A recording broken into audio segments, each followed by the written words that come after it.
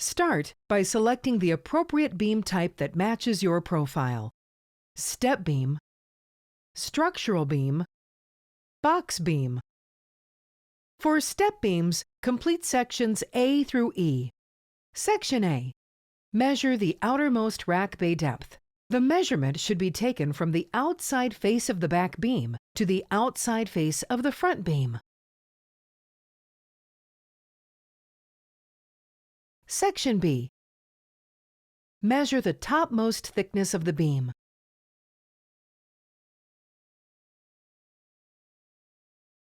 Section C. Measure the innermost rack bay depth. The measurement should be taken from the top of the innermost edge of the back beam to the top of the innermost edge of the front beam. This field will automatically calculate, but verify that the entry matches the measurement.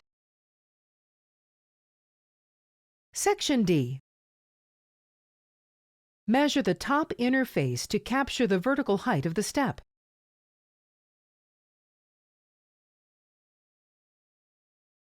Section E. Measure the bottommost thickness of the beam. For structural beams, complete sections A through C. Section A. Measure the outermost rack bay depth. The measurement should be taken from the outside face of the back beam to the outside face of the front beam. Section B. Measure the topmost thickness of the beam.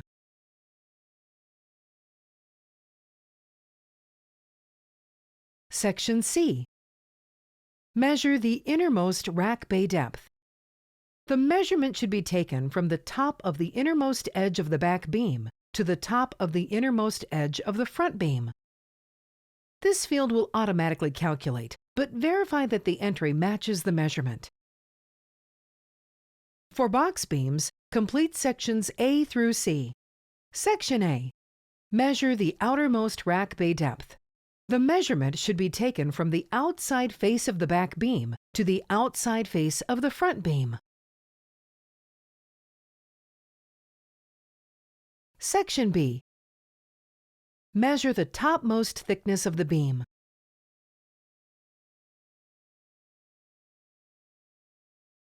Section C. Measure the innermost rack bay depth. The measurement should be taken from the top of the innermost edge of the back beam to the top of the innermost edge of the front beam. This field will automatically calculate, but verify that the entry matches the measurement. Beam length is captured by measuring from the innermost faces of the uprights.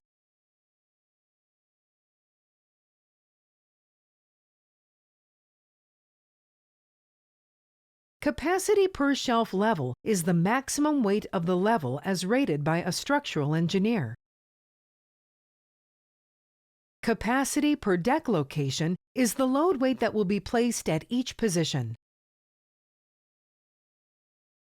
Type of load. Evenly distributed loads are uniformly spread across the beams and deck. Point loads are multiple points of contact applied from one load. Concentrated loads are applied over a smaller surface area. Pallet style. Hand stacking allows cases and product to be directly aligned on the shelf level with no pallet. Standard GMA pallets cater to most typical situations. If your application includes postal point pallets, skid pallets, or other types of stacking, please contact your sales representative as your application may require further engineering.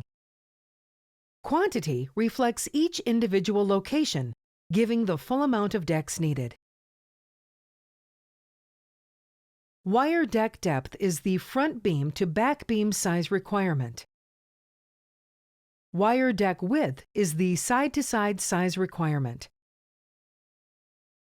The standard wire pattern offers a 2.5 by 4 inch grid, while other styles can be accommodated to support each need. Finish offers both function and visual appeal.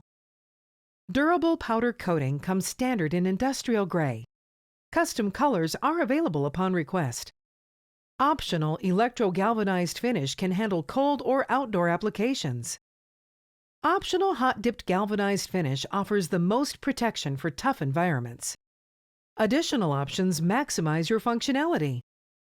The inside waterfall option gives your deck a low profile and keeps the beam face clear for labels.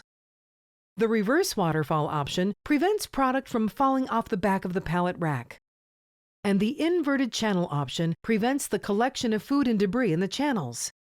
For more information, visit our website, or for questions, contact sales@wwmh.net.